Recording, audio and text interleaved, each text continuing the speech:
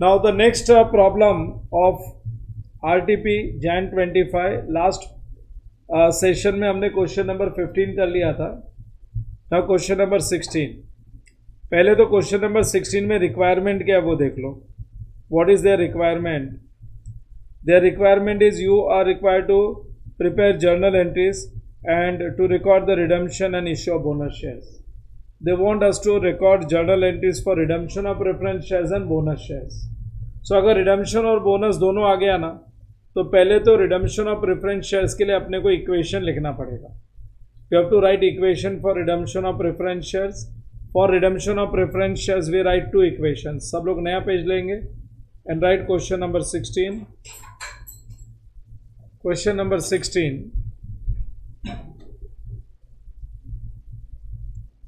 Nominal value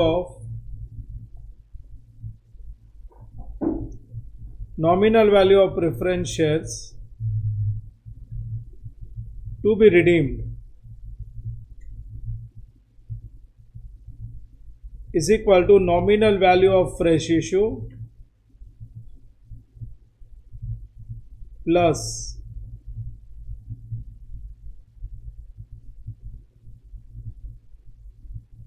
nominal value of fresh issue plus divisible profits. दो line खाली रखो और second equation premium on redemption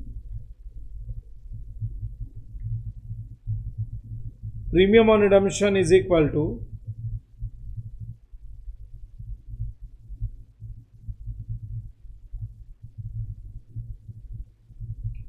Premium on redemption is equal to divisible profits.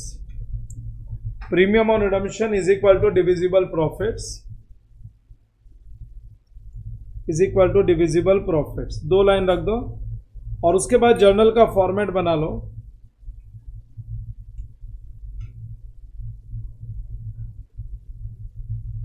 Journal of Messrs.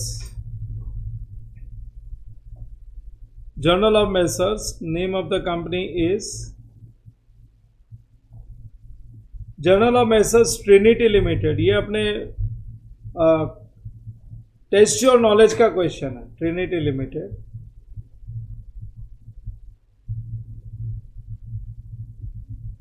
Journal of Messrs. Trinity Limited. For balance page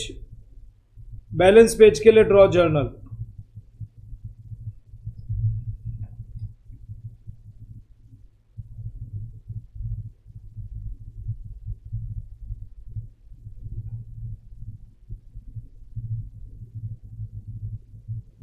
For balance page, draw journal.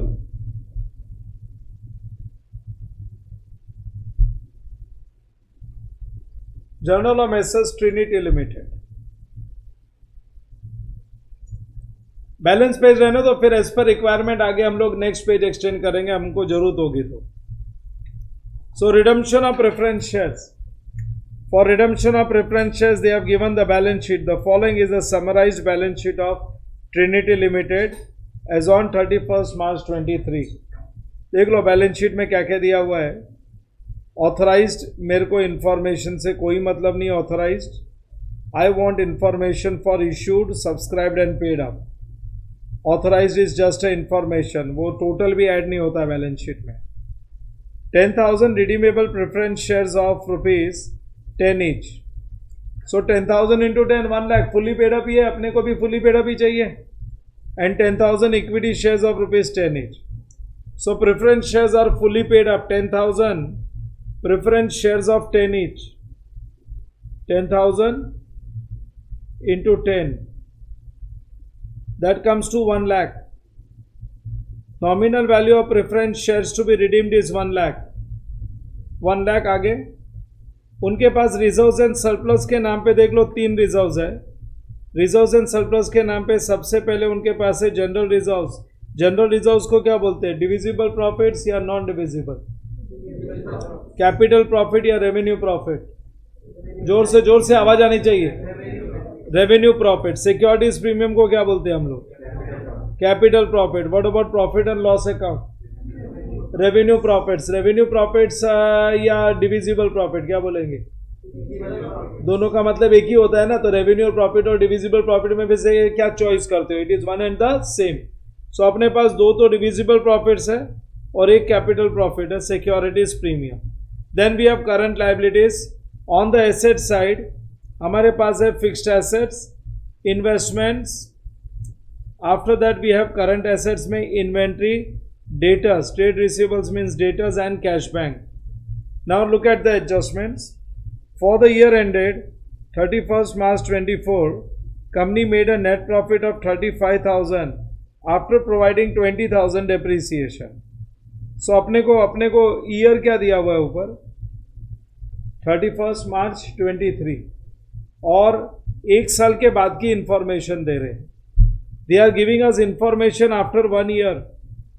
देख लो 31st March 24, एक साल आगे की information है। अब ये information में क्या बोला हुआ है? कंपनी ने प्रॉफिट कितना कमाया है? 35,000 after providing depreciation how much?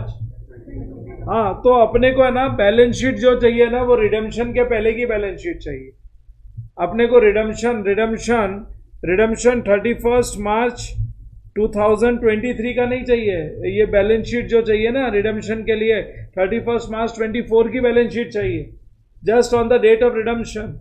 तो ये जो ट्रांजैक्शन दिया है ना, ये ट्रांजैक्शन को हम लोग बुक में रिकॉर्ड करेंगे और बुक में रिकॉर्ड करके एक बैलेंस शीट बना लेंगे 31st मार्च 24 की। अब ये ट्रांजैक्शन को कैसे रिकॉर्ड करेंगे? बोलो कितना नेट प्रॉफिट है? तो नेट प्रॉफिट का मतलब है P&L अकाउंट क्रेडिट। मैं एक जर्नल एंट्री पास करता हूँ, ये जर्नल एंट्री को बैलेंस शीट में इनकॉर्पोरेट कर देंगे। Net profit is nothing but P&L credit. और डेप्रीसिएशन कितना चार्ज किया है? तो डेप्रीसिएशन चार्ज किया, तो वो जो P&L ये जो लिखा है ना 35,000, उसमें डेप्रीसिएशन माइनस हो गई 35 आया है।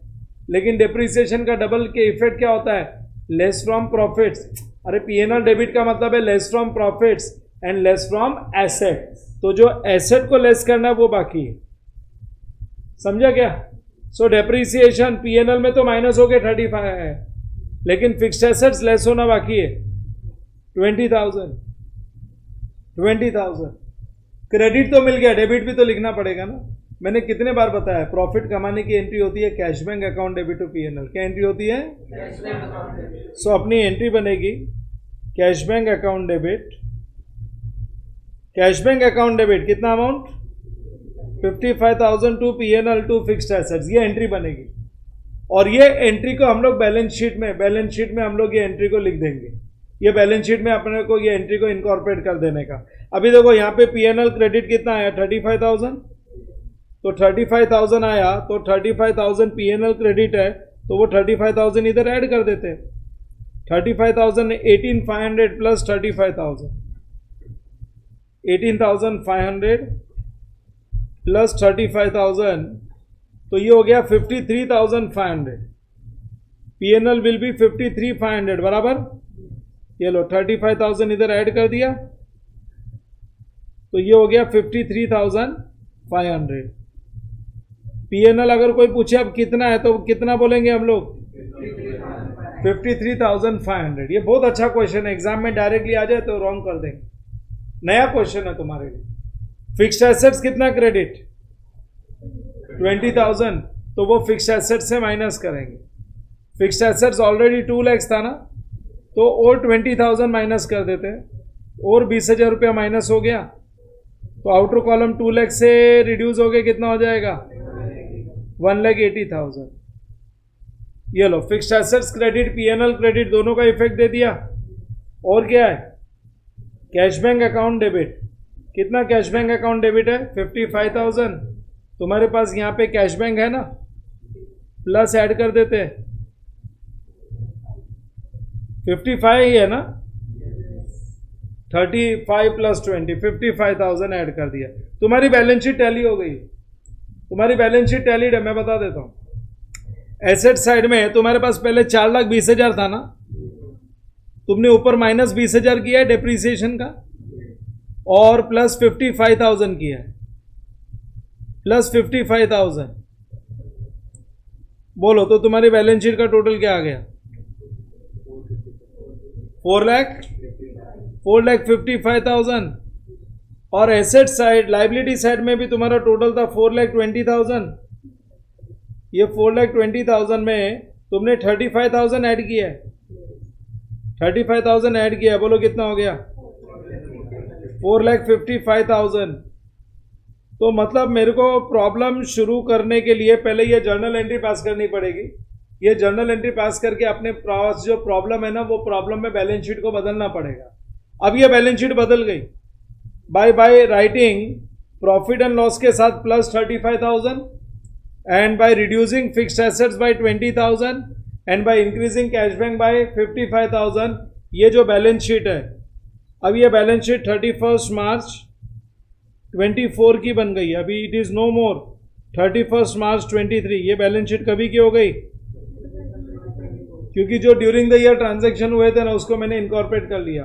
तो तुमने जो जर्नल बनाया ना, वो जर्नल में सबसे पहली एंट्री यही बनेगी, फर्स्ट एंट्री यही बनेगी, transactions for the year, transactions for the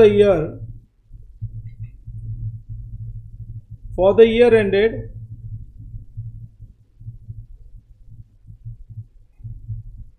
31st March 24, transactions for the year ended 31st March 2024। In fact अभी तक जितने भी क्वेश्चंस किए थे ना, वो सब मोरलेस रिपीट क्वेश्चन थे। यही एक नया क्वेश्चन, ये पहला क्वेश्चन है जो हम लोगों को एक नया क्वेश्चन कर रहे हैं। प्रॉफिट कमाने के लिए एंट्री पास करते हैं cash bank account debit, cash bank account debit to profit and loss account 20,000 है क्या? नहीं, to profit and loss account 35,000 और डिप्रिसिएशन के लिए टू फिक्स्ड एसेट्स अकाउंट 20,000। ये तुम्हारे एंट्रीज का स्टार्टिंग पॉइंट ये होना चाहिए। जिन्होंने ये एंट्री नहीं पास की ना, एग्जामिनर उसको मार्क्स ही नहीं देगा, क्योंकि करंट ईयर की बैलेंस शीट ही नहीं बनी। अब ये मैंने बैलेंस शीट में इनकॉर्पोरेट कर दिया है। तुम्हारे पास अगर फिजिकल आरटीपी का पेपर निकाल लेते हो ना, तो उसमें वही बैलेंस शीट को बदल देना, नई बैलेंस शीट बनाने नहीं बोला है। तो वही बैलेंस शीट में पीएनएल जो है ना, ये हम लोग ने पीएनएल को हम लोग ने बैलेंस शीट में एसेट साइड में, सॉरी लाइबिलिटी साइड में प्रॉफिट एंड लॉस के साथ ऐड कर दिया, इसको फिक्स्ड एसेट से माइनस कर दिया और इसको कैश बैंक में ऐड कर दिया, और हमारी बैलेंस शीट करंट ईयर की बन गई। बस अब आगे प्रॉब्लम सॉल्व करेंगे। सो ये सबसे इंपॉर्टेंट ट्रांजैक्शन था, और इसके बाद मेरे को लगता भी नहीं है कोई डिफिकल्ट ट्रांजैक्शन होगा। हाँ, being transaction for the year 31 March 2024 recognised, बस हो गया। जो मैंने हेडिंग लिखा वही बीइंग में लिख देना, being transaction for current year recognised, for the year ended 31 March 24 recognised. Now following additional information is available with regard to company's operations। सबसे पहले बोलते हैं preference dividend for the current year was paid. Preference dividend के लिए दो entry pass करना, पहले profit से पैसा निकालना और फिर पे करना। हमारे पास प्रेफरेंस शेयर्स देख लो, इशूड एंड पेड अप में कितने का प्रेफरेंस शेयर्स है? 10%। 1 लाख का 10% का मतलब है 10,000 का डिविडेंड देना है। PNL account debit to dividend and dividend to cash bank. So कभी भी डिविडेंड के लिए एक एंट्री नहीं, पहले प्रॉफिट से पैसा निकालेंगे और फिर पे करेंगे। और मेरे पास प्रॉफिट्स अभी है ना 53,500 का, मेरे पास पीएनएल में 53,500 है, जनरल रिजर्व्स भी। चलो, सो उनके इंस्ट्रक्शन के हिसाब से काम करते हैं। First entry preference dividend pay करना है, लिखो राइट डाउन। सेकेंड पार्ट का फर्स्ट पार्ट तो हो गया, अब सेकेंड पार्ट की पहली entry number 1A preference dividend payable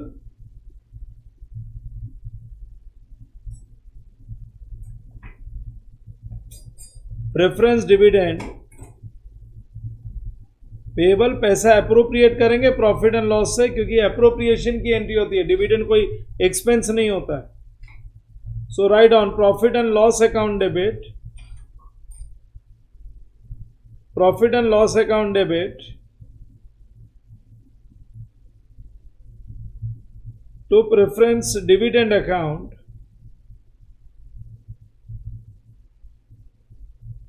1 lakh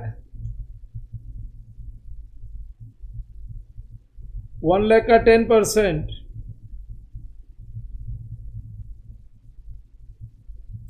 सो पहले तो प्रॉफिट से पैसा निकाल के डिविडेंड अकाउंट में ट्रांसफर कर दिया, और दूसरी entry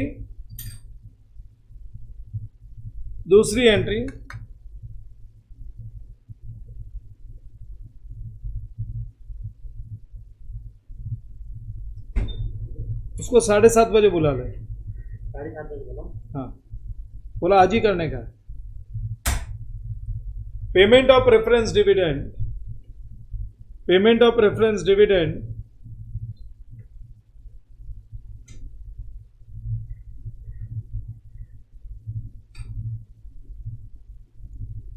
preference dividend account debit to bank account, preference dividend account debit to bank account 10,000,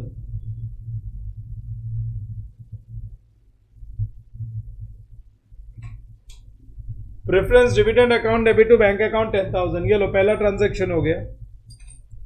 53,500 में से 10,000 रुपए दे दिया, अभी भी प्रॉफिट एंड लॉस में 43,500 है।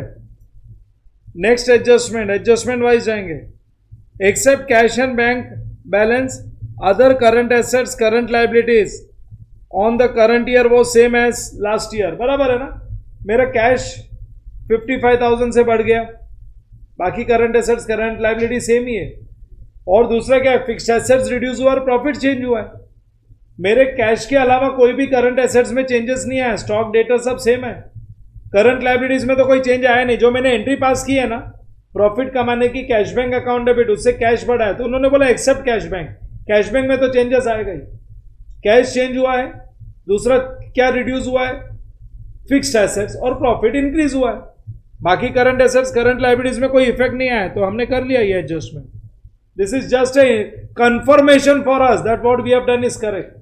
अपने लिए कंफर्मेशन है। The company redeem preference shares at a premium of कितना परसेंट, 10% प्रीमियम पे हम रिडीम कर रहे हैं। सो ऊपर जाओ इक्वेशन में, 1 लाख का प्रेफरेंस शेयर्स है and we are redeeming at 10% premium, that is 10,000. So the amount payable is 1,10,000. 1,10,000। ये लो, ये एडजस्टमेंट भी कर दिया अपन ने। Now the company issued bonus shares, अरे बोनस तो बात की बात है। The company issued bonus shares in the ratio of 2 shares for every equity shares held, ये बात की बात है। पहले रिडम्पशन तो करे। Company issued bonus shares in the ratio of 2 share, क्योंकि पहले रिडम्पशन करना पड़ेगा ना। Company redeem the preference shares at a premium, redemption के बाद बोनस के बारे में सोचेगी। लेकिन to meet the cash requirements company sold the investments, कितने में बेचा है वो नीचे बोला है।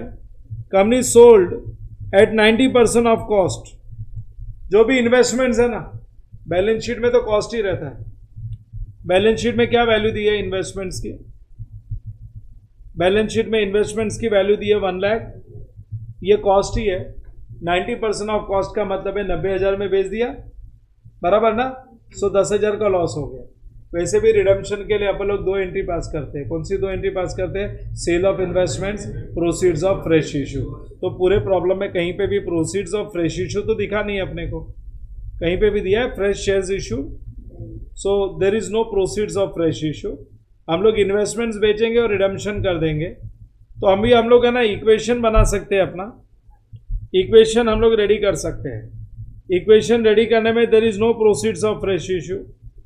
सो entire 1 lakh is from divisible profits. This premium on redemption is also from divisible profits. इसके लिए हम P&L यूज कर लेंगे। P&L तुम्हारे पास, मैं टॉप पे लिख रहा हूँ, बैलेंस शीट में कितना था 53,500 लिखा था शायद अपन ने। बैलेंस शीट में अपने पास 35 प्लस 18,500 कम्स टू 53,500।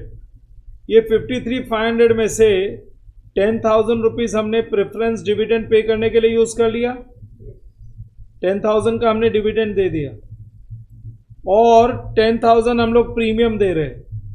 अभी प्रीमियम ऑन रिडम्पशन में भी तो मैंने PNL ही लिखा है ना। सो प्रीमियम ऑन रिडम्पशन 10,000 बराबर। अब क्या बच गया, 20 निकाल दो तो क्या बचेगा 33,500। This we can utilise. ये हम लोग रिडम्पशन ऑफ प्रेफरेंस शेयर्स के लिए यूज कर सकते हैं। जनरल रिजर्व्स में क्या अमाउंट है वो चेक कर लो जरा। जनरल रिजर्व्स में 1,20,000 है। जनरल रिजर्व्स अगर 1,20,000 है ना, तो 1,20,000 में पूरा जनरल रिजर्व्स भी यूज कर सकता हूँ। कहीं पे भी ये नहीं बोला है कि जनरल रिजर्व्स को अपने को मेंटेन रखने का है। तो ये अमाउंट हम लोग जनरल रिजर्व से ले लेते हैं, कोई हार्ड एंड फास्ट रूल नहीं होता है। This amount we take from general reserves 1,20,000 and it will be transfer to CRR। चलो काम हो गया अपना। या ऐसे भी कर सकते थे, बैलेंस PNL और PNL पूरा यूज करके balance general reserves. There is no hard and fast rule unless they give some instruction. So ये अपना रेडी हो गया इक्वेशन। अभी हम लोग एंट्रीज पास कर लेते रिडम्पशन की। रिडम्पशन की एंट्री पास करने के लिए मैं पार्ट 2 में 1 की एंट्री पास कर ली ना, प्रेफरेंस डिविडेंड करंट ईयर के लिए। Number 2 right sale of investments. Sale of investments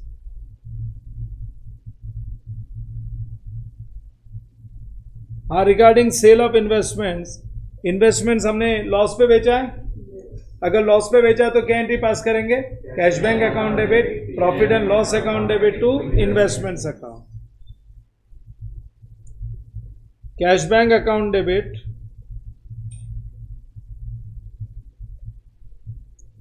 cash bank account debit,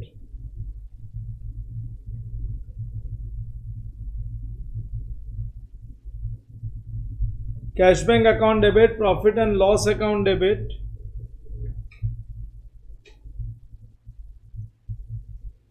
profit and loss account debit to investments account. कितना है 1 लाख, शायद 1 लाख ही था, 1 लाख ही देखा था ना अपन ने। इन्वेस्टमेंट वॉज 1 लाख, और अगर 1 लाख का इन्वेस्टमेंट हमने 90% ऑफ कॉस्ट में बेचा है तो we sold it for 90,000 and there is a loss of 10,000। Narration लिखते हो कि being investment sold at loss. ऊपर हेडिंग में लिख दो ना sale of investment at loss, वही तुम्हारा नरेशन हो जाता है।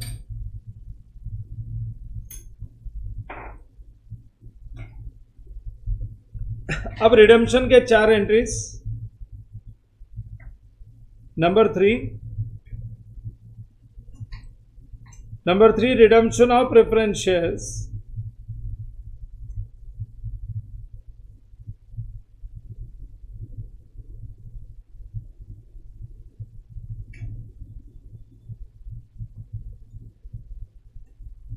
रिडम्पशन ऑफ प्रेफरेंस शेयर्स, जिसमें पहली एंट्री लिखोगे रिडम्पशन ड्यू।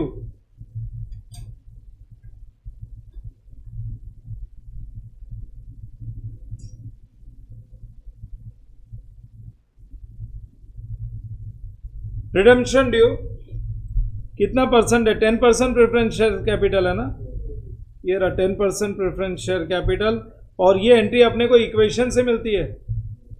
ये देखो इक्वेशन से कैसे एंट्री पास करते हैं, 10% preference share capital account debit, premium on redemption account debit to preference share holders account. So लिख दो 10% preference share capital account debit,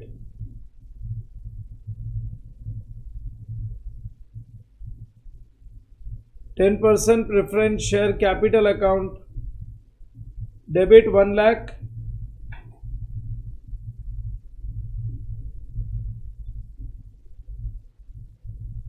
premium on redemption account debit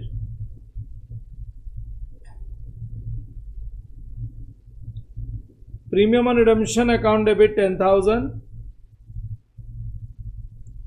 to preference shareholders account, to preference shareholders account 1,10,000. ये हो गए redemption due. Second heading, what is the second heading? Meeting of premium. और अपने equation में देखो पूरा premium कौन से अकाउंट से मीट करने हम लोग, इक्वेशन में लिखा होगा ना ब्रैकेट में. सो पूरा प्रीमियम हम लोग पीएनएल अकाउंट से मीट कर रहे हैं. मीटिंग ऑफ प्रीमियम बच्चों उसकी एंट्री क्या पास करेंगे? PNL account debit to premium on redemption account, profit and loss account debit,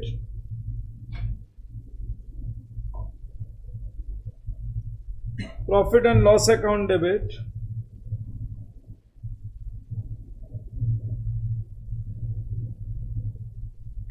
to premium on redemption account,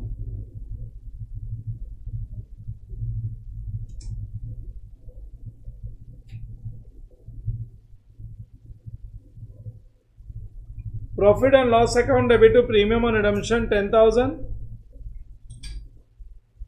next entry number C, बोलो क्या बोलते हो? Payment to preference share holders,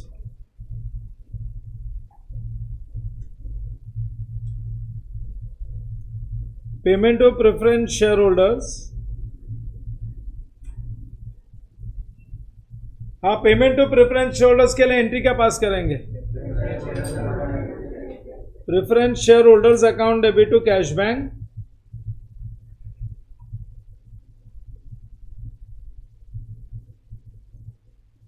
preference share holders account debit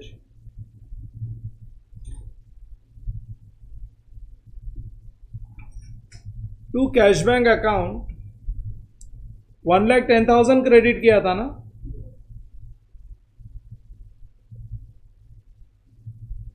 $1,10,000. And entry number D क्या बोलते हैं? Paid out of profits transfer to CRR, paid out of profits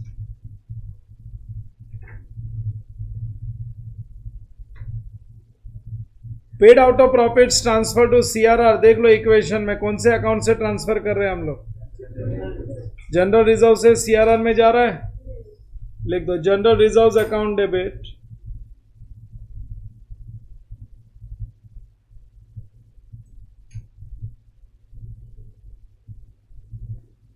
general reserve account debit to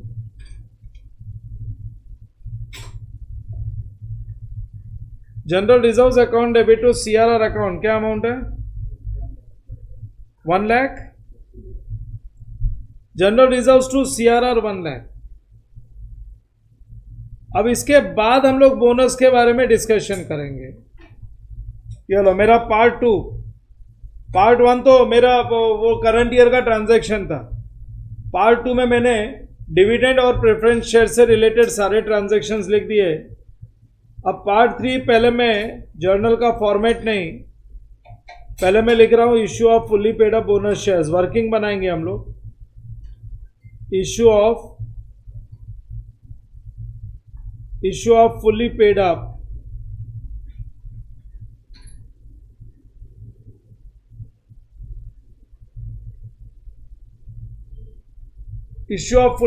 bonus shares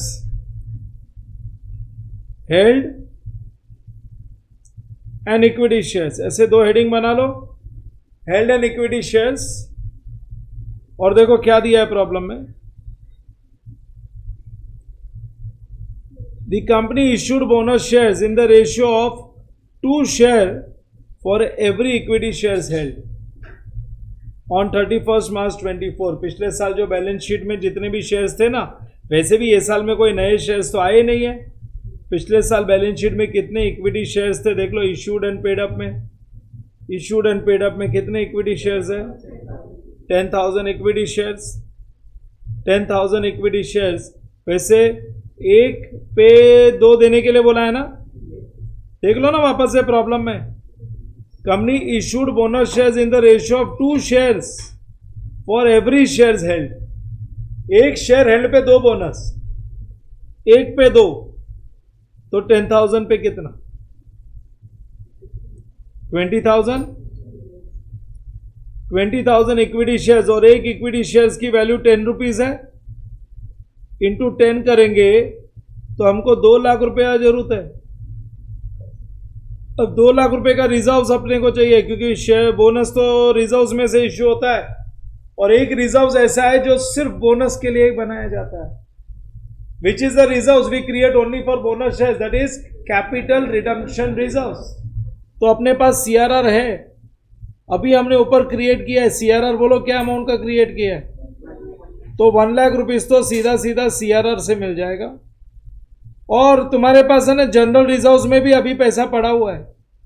तुम्हारे पास general reserve में 1,20,000 रुपया था, 1,20,000 था ना। मैं वापस चेक कर लेता हूं। देखो जनरल रिजर्व में 1,20,000 था, लेकिन हमने इसमें से कितना यूज किया? 1 लाख। इसमें से 1 लाख यूज किया। 1 minute. But issue of fully paid up bonus shares में पहले जनरल रिजर्व नहीं, मैंने तुमको सिखाया हुआ है। Issue of fully paid up bonus shares में first we use capital profits. If capital profits are not sufficient then revenue profit. तो मेरे पास बैलेंस शीट में एक सिक्योरिटीज प्रीमियम भी है। कितने का सिक्योरिटीज प्रीमियम? हाँ, तो ये 70 पहले लेते हैं ना, फिर जनरल रिजर्व्स पे जाएंगे। सो सिक्योरिटीज प्रीमियम, सिक्योरिटीज प्रीमियम 70,000। अब और कितना चाहिए? 30,000 और चाहिए। तो जनरल रिजर्व्स में 20,000 बचा है, ये लो जनरल रिजर्व्स भी साफ। और कितना चाहिए?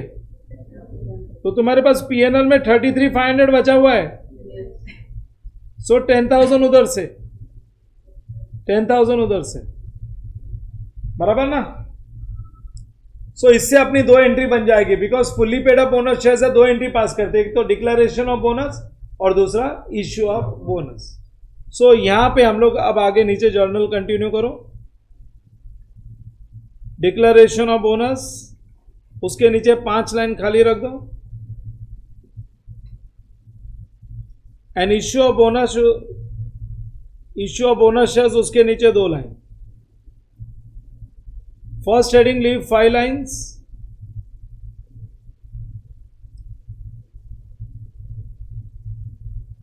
You will write here entry number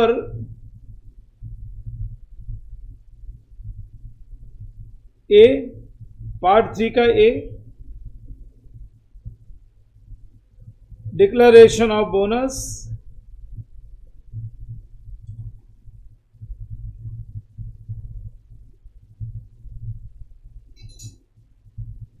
and below that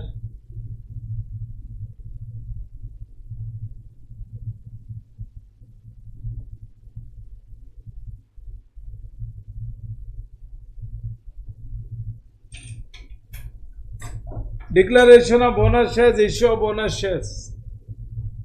declaration के लिए लिखोगे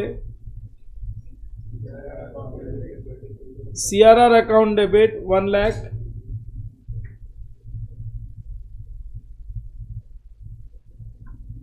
सिक्योरिटीज प्रीमियम अकाउंट डेबिट, सारे रिजर्व्स को डेबिट करेंगे। Securities premium account debit 70,000, general reserves account debit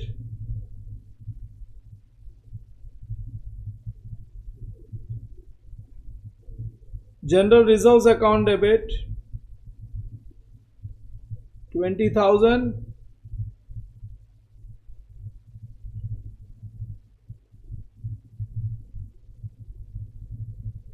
profit and loss account debit 10,000 to bonus to shareholders account,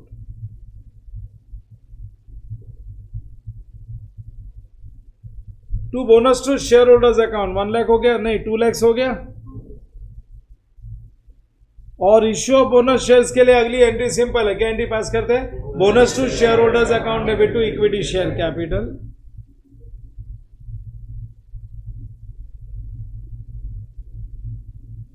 bonus to shareholders account debit,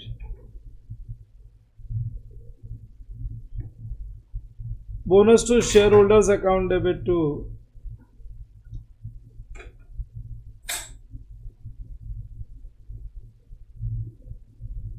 equity share capital account. So overall it was a very good question. In fact can be asked for 16 marks. 15 से 16 mark का question exam में होना चाहिए. बहुत ही अच्छा question है ये. और अगर आरटीपी में जैन के आरटीपी में आ गया तो ये इंपॉर्टेंट क्वेश्चन बन गया है. उन्होंने ट्रिनिटी लिमिटेड नाम का एक क्वेश्चन दिया था अपने मॉड्यूल में, लेकिन मॉड्यूल में ना सेम ईयर की बैलेंस शीट दी थी. ये वाला एक्स्ट्रा जो मैंने ट्रांजैक्शन करवाया ना, उन्होंने सेम ईयर की बैलेंस शीट दी थी. यहां पे क्या है, बैलेंस शीट पिछले साल की दी है और एक ट्रांजैक्शन दिया है पूरे साल का एक कंबाइंड मर्ज ट्रांजैक्शन.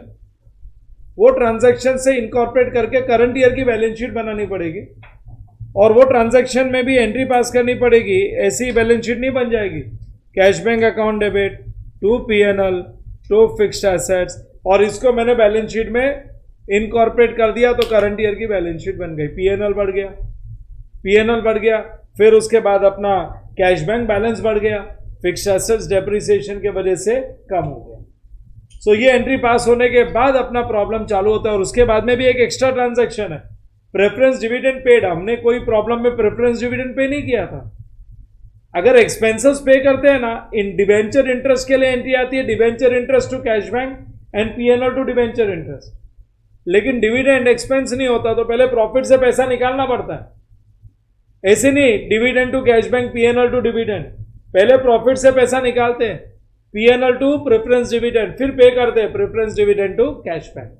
एप्रोप्रिएशन, वो जो एंट्री का ऑर्डर है ना वो चेंज हो जाता है. एक्सपेंसेस में you pay and then end of the year you prepare PNL ना. लेकिन डिविडेंड तो प्रॉफिट फाइनल होने के बाद दिया जाता है. Once the profits are finalise, उसके बाद डिविडेंड डिक्लेयर होता है. सो प्रॉफिट से पैसा निकालते हैं एंड देन उसमें से डिविडेंड पे करते हैं. सो ये एंट्री का सीक्वेंस इंपॉर्टेंट है. पहले PNL to dividend, then dividend to cash bank. अगर इसी के जगह पे कोई इंटरेस्ट पेमेंट होता तो interest to cash bank, PNL to interest आता. और सबसे इंपॉर्टेंट एंट्री तो यही है, very very important. This entry is very very important. First वाले इसको इंपॉर्टेंट मार्क करो. Mark the first entry, very very important.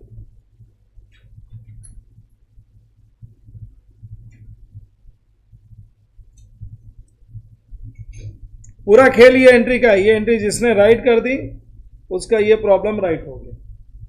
सो देख लो, इश्यू ऑफ शेयर्स का पहले हम लोग प्रॉब्लम कर चुके थे and we have done redemption of preference shares also. Company accounts में एक क्वेश्चन और है, ये वाले आरटीपी में.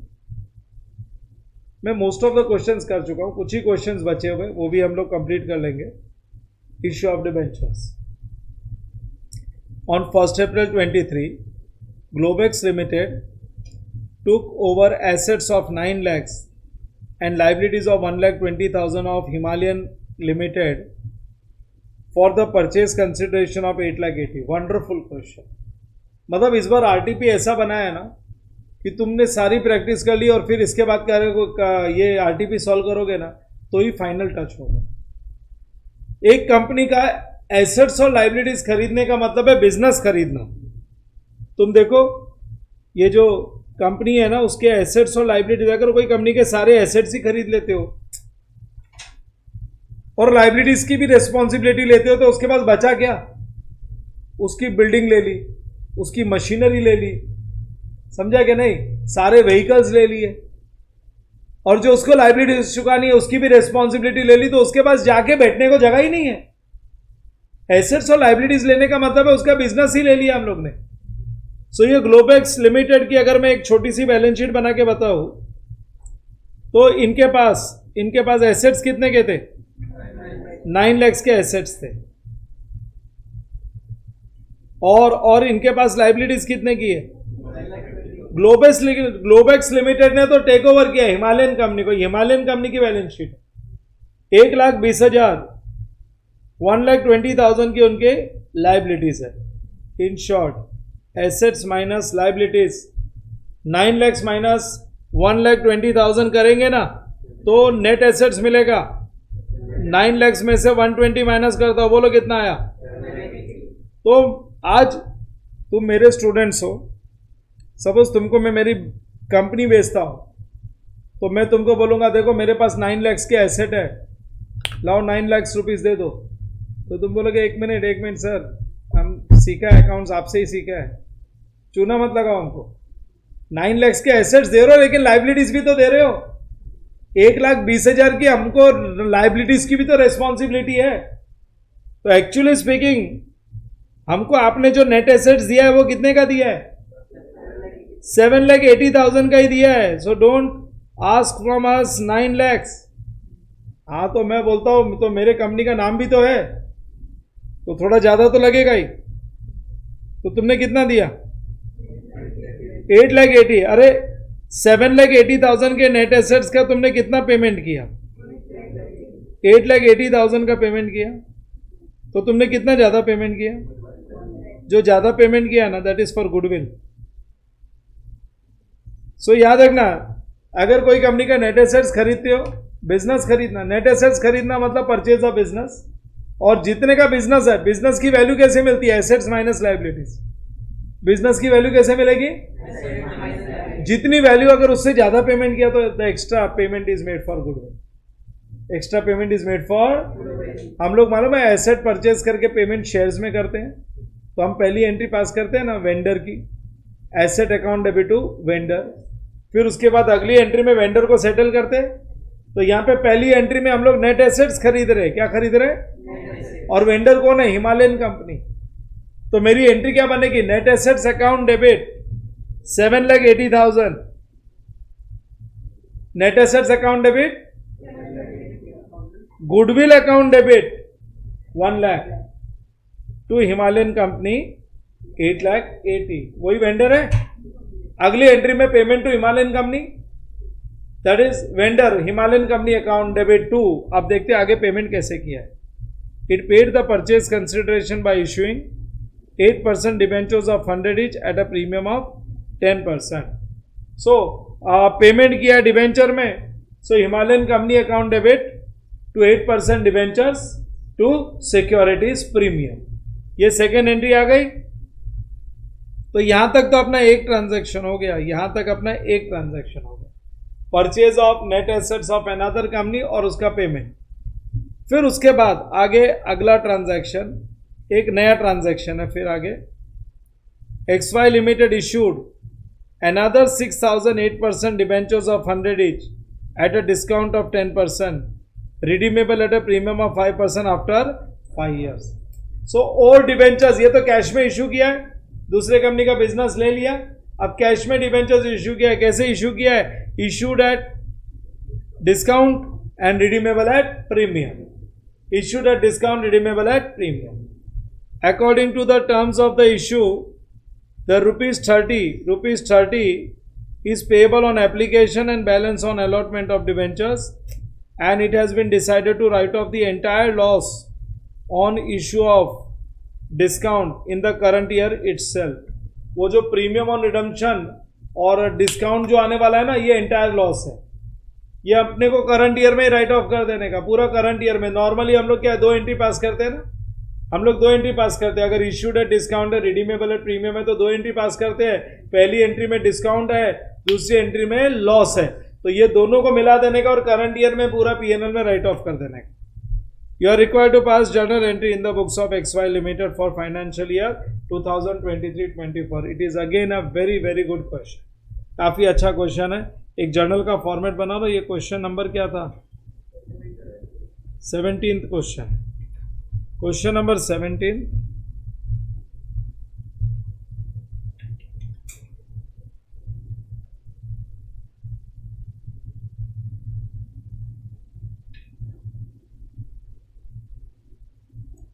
क्वेश्चन नंबर 17, पहले जर्नल के पहले लिखोगे, right, sundry assets taken over. एक वर्किंग बना रहे हैं हम लोग, sundry assets taken over. Himalayan company का हमने 9 लाख का एसेट टेक ओवर किया, बराबर ना। फिर मालूम है ऐड गुडविल, 1,00,000 रुपए हम एक्स्ट्रा दे रहे हैं ना. Add agreed value of goodwill.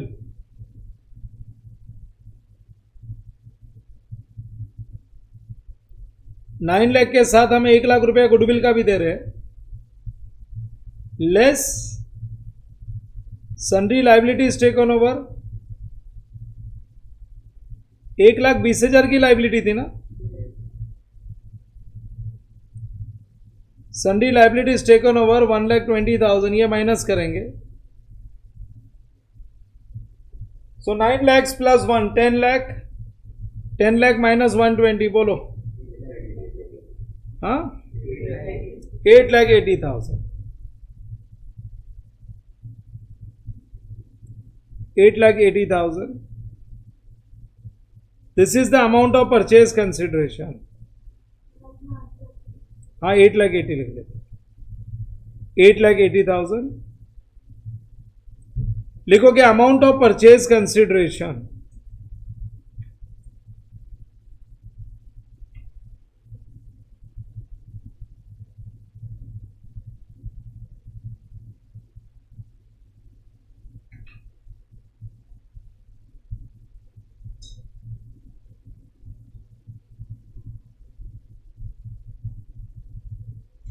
This is the amount of purchase consideration.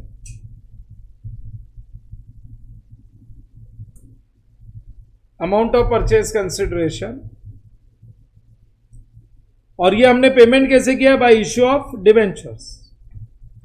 ये हमने पेमेंट किया bye issue of debentures.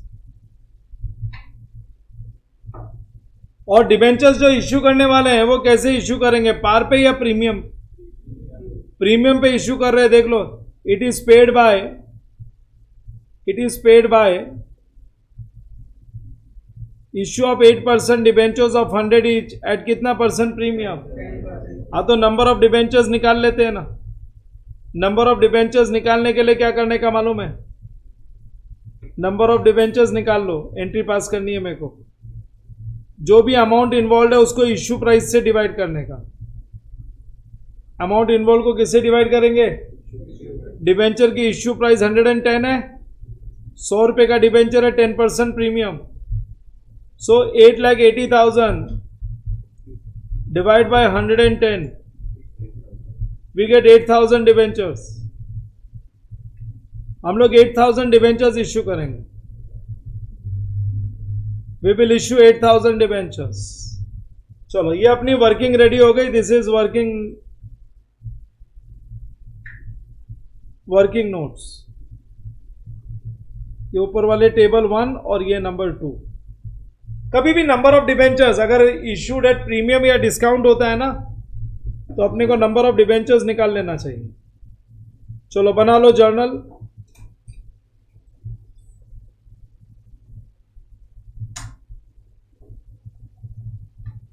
Journal of Messrs Globex limited.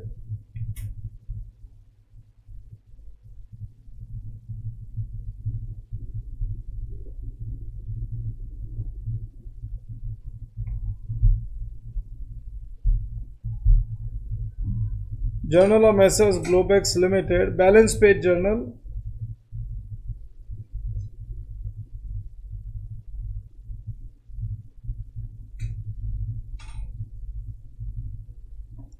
पुराने भी सारे आरटीपीज जो मैंने आरटीपीज एमटीपीज जो मैंने करवाए सब अपने लाइब्रेरी सेक्शन में अपलोडेड है. सिलेबस खत्म हो जाता है ना उसके बाद सब कुछ करके जाना चाहिए. You should watch all the lectures.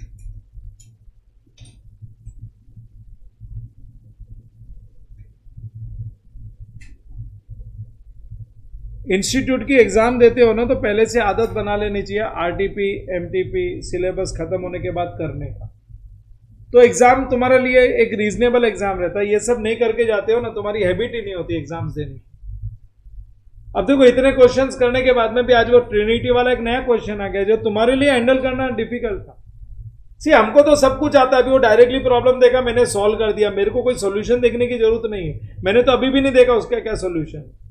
But I know profit की एंट्री क्या पास होती है. How to deal with the depreciation when you directly prepare a balance sheet.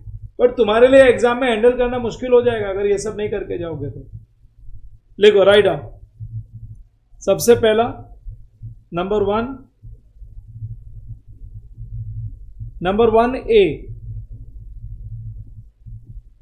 Purchase of business. हमने दूसरे कंपनी का एसेट्स और लाइबिलिटीज खरीद लिया, मतलब बिजनेस खरीद लिया, right, purchase of business.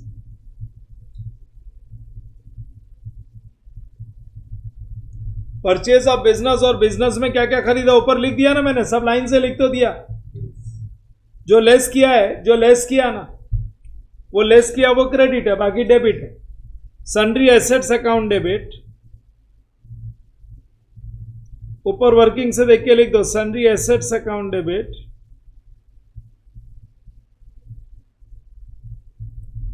9 lakhs, goodwill account debit,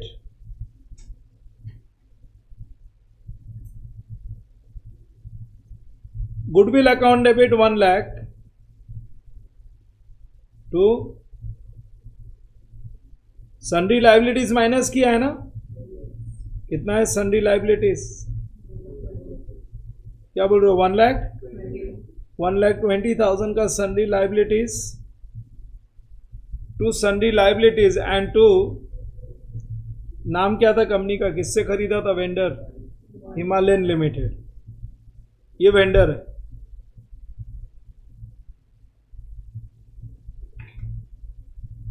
to Himalayan limited कितना है, 880, बीइंग बिजनेस परचेज्ड, बस वही और कुछ नहीं। Number B, payment to vendor, मैंने नंबर ऑफ डिवेंचर्स निकाल रखा है, हम लोग डिवेंचर्स इश्यू कर रहे हैं और वो भी प्रीमियम पे। पेमेंट टू वेंडर कितना परसेंट डिवेंचर्स है, रेट ऑफ इंटरेस्ट 8%, तो पेमेंट टू वेंडर्स के लिए लिखोगे Himalayan limited account debit,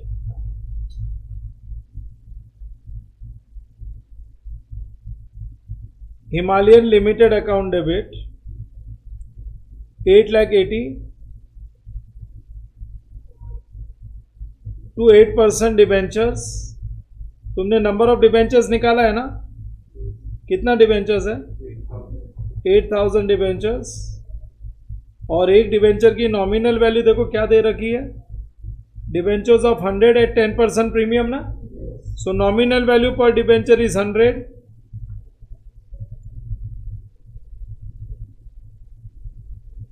and to securities premium,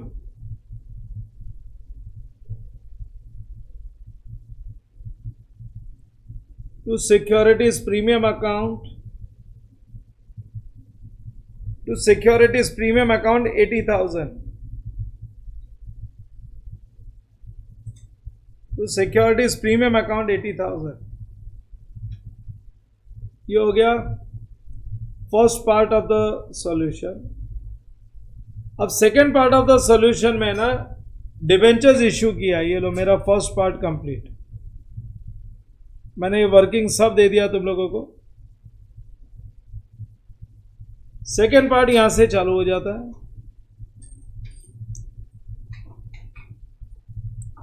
XY limited, अरे ये XY लिमिटेड तो कोई नई कंपनी आ गई ना, क्या करते ये लोग, ग्लोबेक्स लिमिटेड ने परचेज किया, XY limited issued another 6,000 debentures of 100 each at a premium of 10%। ये भूल गए, कहीं से और कॉपी कर लिया, तो ये एक्चुअली ग्लोबेक्स लिमिटेड ही है। वो एग्जाम में ऐसी गलती नहीं करेंगे, एग्जाम में ऐसी मिस्टेक नहीं करेंगे, वो ग्लोबेक्स लिमिटेड का ये एडजस्टमेंट है। और का शेयर्स और डिबेंचर्स इश्यू किया है, और डिबेंचर्स 100 रुपये का है, और ये कैसे इशू किया है, they have issued at discount, और 2 इंस्टॉलमेंट है, application and allotment,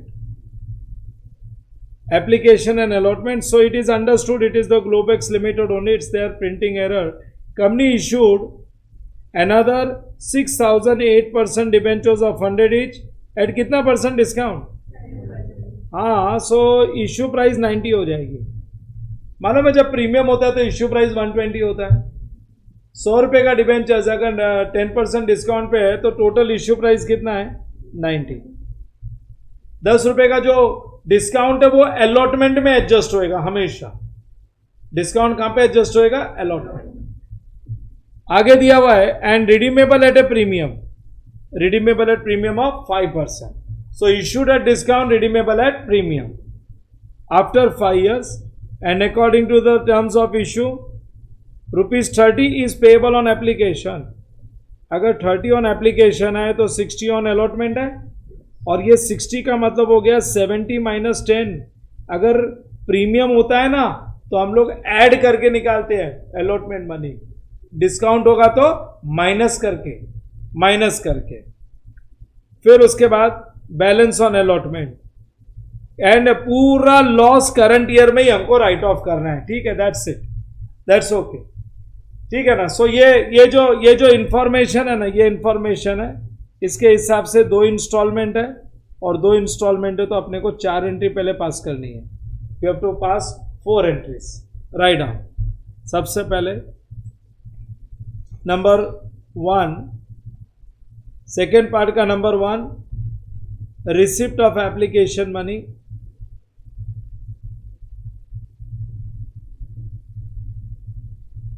receipt of application money, ये डिबेंचर एप्लीकेशन है। बोलो रिसिप्ट ऑफ एप्लीकेशन मनी क्या एंट्री पास करना चाहिए? Bank account debit to debenture application. 30 rupees बोला है, bank account debit to debenture application account. Number of debentures 6,000 debentures और 30 rupees का एप्लीकेशन मनी है। 6,000 इंटू 30 बोलो, क्या बोल रहे हो? 1,80,000। Second entry on allotment of debentures,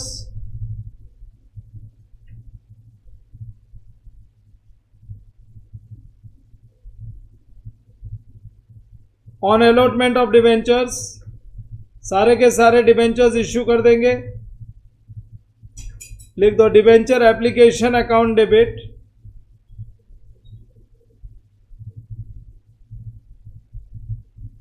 debenture application account debit to 8% debentures account, debenture application account debit to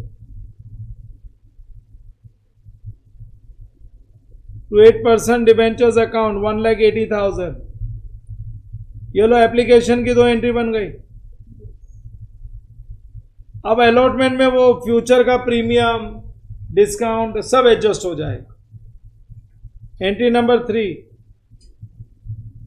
due for allotment,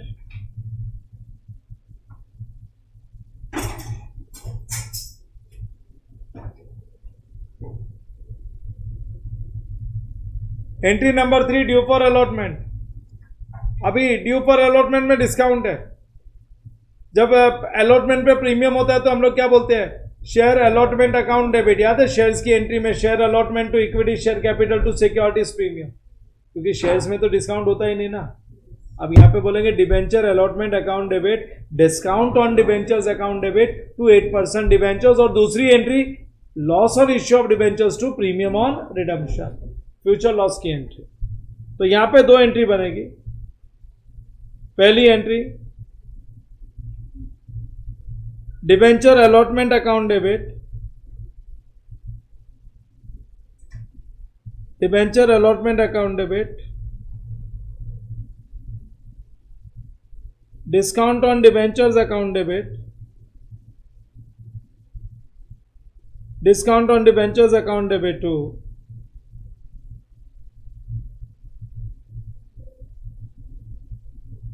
8% debentures account, to 8% debentures account, debentures account always at nominal value, और देखो nominal value 70 रुपया है, ये 30 rupees nominal value, 70 भी nominal value है, 30 plus 70 100 रुपया होता है ना।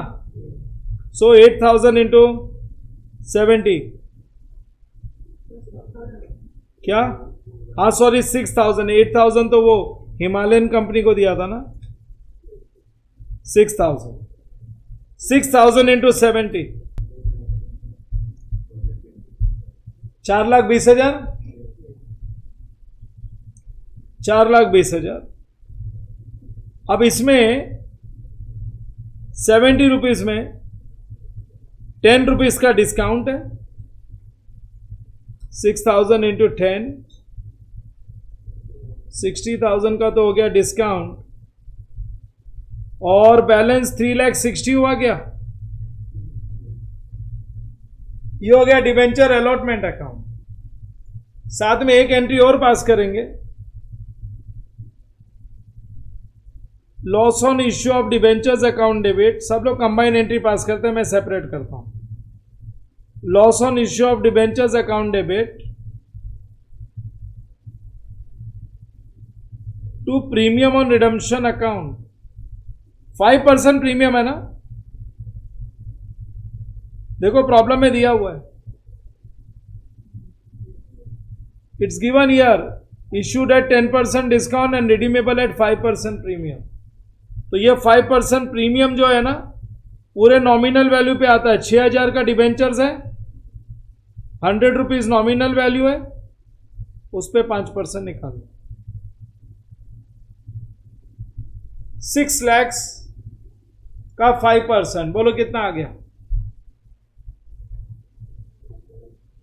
30,000 रुपीज। तो 60,000 का तो डिस्काउंट है और 30,000 फ्यूचर में प्रीमियम देने वाले, वो भी लॉस है, तो टोटल 90,000 का लॉस हो गया। टोटल लॉस कितना हो गया, 90,000। वो पूरा का पूरा लॉस करंट ईयर में राइट ऑफ करना है। चलो next entry, receipt of allotment money. कहीं पे कुछ अरियर्स तो बोला नहीं है, कहीं पे कोई अरियर्स नहीं बोला हुआ है। So give the next entry number, C मत दो, ये एंट्री नंबर 3 है, सॉरी एंट्री नंबर 4 है।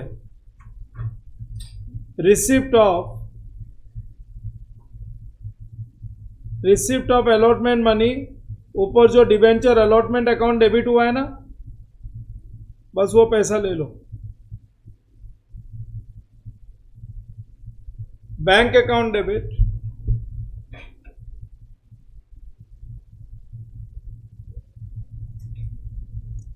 बैंक अकाउंट डेबिट टू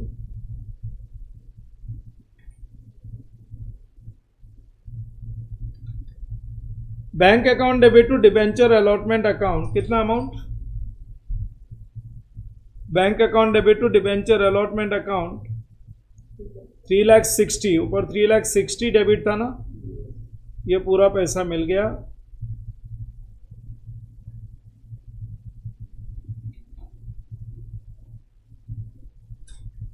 कुछ डेट्स दी है क्या उन्होंने,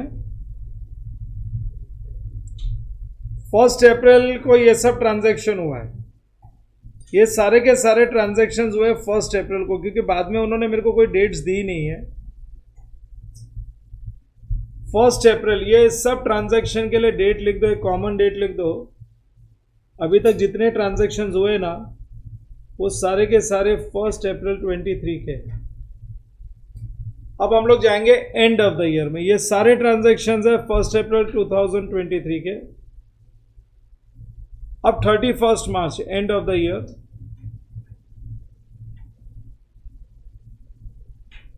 31 मार्च 24 को एक तो डिबेंचर इंटरेस्ट पे करेंगे और ये सारे लॉसेस और डिबेंचर इंटरेस्ट ये सब पीएनएल में ट्रांसफर करेंगे। पहली entry, payment of debenture interest, कोई टीडीएस नहीं दिया हुआ है, so debenture interest account debit to bank account. 6 lakh का डिबेंचर्स है, 8% डिबेंचर्स है, debenture interest account debit to bank. Interest is always paid on the nominal amount, that is 6,000 into 100 into 8%। बोलो कितना हो गया?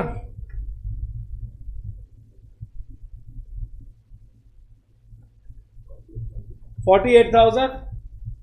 और last entry, transfer expenses and losses to P&L.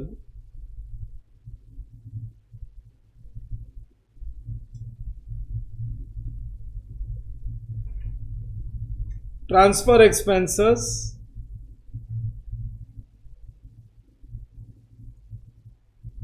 and losses to P&L.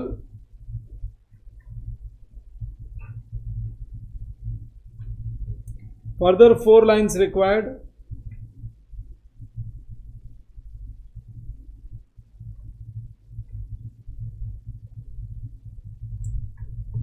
Transfer expenses and losses to P&L.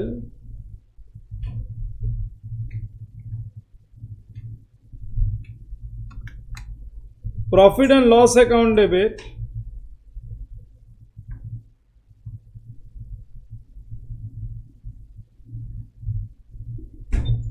Phone आया था क्या? मेरे को आया था, अभी करके देखो, बोलो सर लेक्चर में क्या काम है, और उनको टाइम दे दो शाम को. Profit and loss account debit,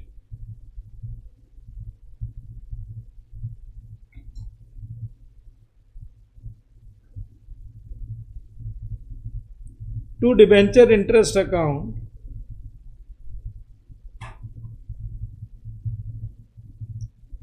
to discount on debentures. कितना 60,000 था ना ऊपर. to discount on debentures account and to loss on issue of debentures account.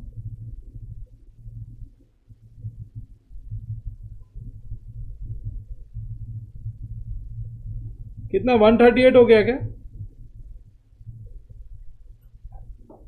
Check this, 1,38,000. 1,38,000. So we have covered. हमने कंपनी अकाउंट्स कवर कर लिया. Company accounts is done.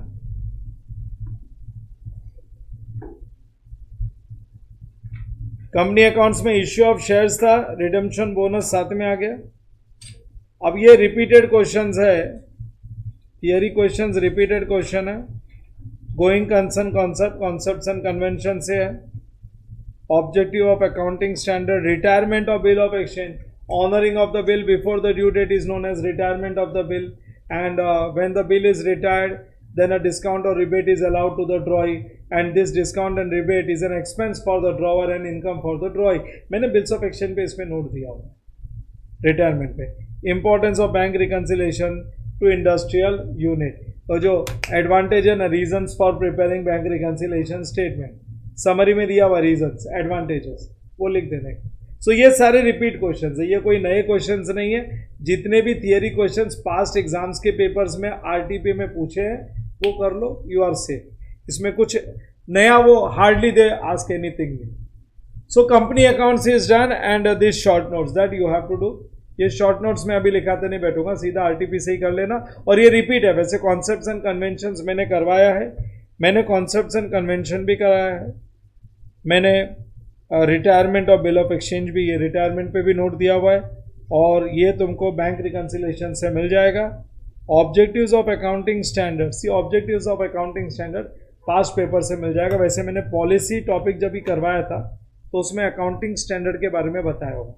Accounting standard is required for giving standardised treatment of all the financial transactions. जो भी financial transactions होते हैं, जो भी companies पे अकाउंटिंग स्टैंडर्ड एप्लीकेबल है, वेदर कॉर्पोरेट और नॉन कॉर्पोरेट, सब एक स्टैंडर्डाइज तरीके से अपना फाइनेंशियल स्टेटमेंट बनाए, एक ही तरीके से बनाए, ताकि उनके बुक्स ऑफ अकाउंट्स कंपेरेबल हो. और कंपेरेबल होने से ही हम लोग कंपेयर कर पाएंगे और प्रॉफिटेबिलिटी चेक कर पाएंगे. आज कोई इन्वेस्टर को पैसा इन्वेस्ट करना है मोबाइल से कंपनी के सेक्टर में, तो वो कौन से कंपनी में, जियो में इन्वेस्ट करेगा या फिर वो वोडाफोन में करेगा या कहाँ पे करेगा, वहाँ पे उसको ईपीएस देखना, अर्निंग्स पर शेयर चेक करना है. बट अकाउंटिंग सेम तरीके से होगी तो वो उनका ईपीएस, अर्निंग्स पर शेयर जो है कंपेरेबल होगा. सो अकाउंटिंग सेम तरीके से होने के लिए अकाउंटिंग स्टैंडर्ड्स इंट्रोड्यूस किए. सो ये पॉलिसी टॉपिक में हो ही जाता है. सो ये सब कोई बहुत अलग क्वेश्चंस नहीं है, रिपीटेड क्वेश्चंस है. You have to refer from your past papers as well as all RTPs. So company accounts is done from my side. अभी नेक्स्ट सेशन में दूसरा एक यूनिट पकड़ेंगे, जो रिमेनिंग क्वेश्चन है वो कंप्लीट करेंगे.